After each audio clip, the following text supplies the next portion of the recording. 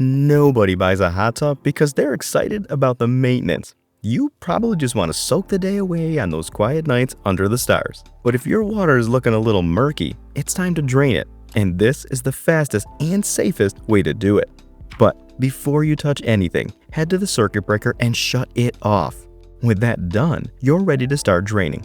Now, most tubs have a built-in drain valve near the base. Locate yours and unscrew the cap, but be gentle. Be careful here. These valves break very easily, and you do not want to have to replace a snapped valve. Once the cap is off, connect a garden hose and open the ball valve to drain the water. It's easy, but it's slow. You're looking at around 2 hours of draining. But if you're like me and have zero patience for slow-moving drain, do yourself a favor and grab a submersible pump.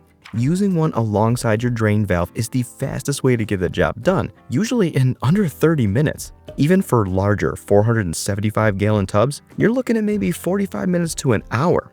But just a heads up, get a utility or transfer pump, not a standard sump pump. Utility pumps are lighter, easier to move, and they'll hook right up to a standard garden hose.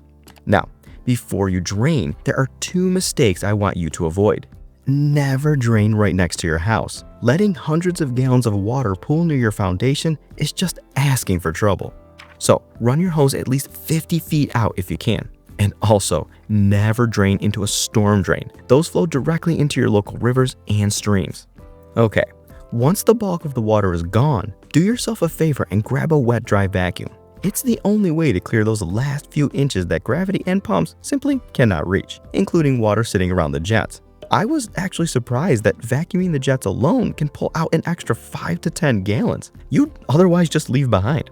Do that and your tub is fully drained. Now, the only thing to remember is that your tub needs to be drained every 3 to 4 months for regular use. And if you're using it daily or multiple times a day, drain it every 1 to 2 months.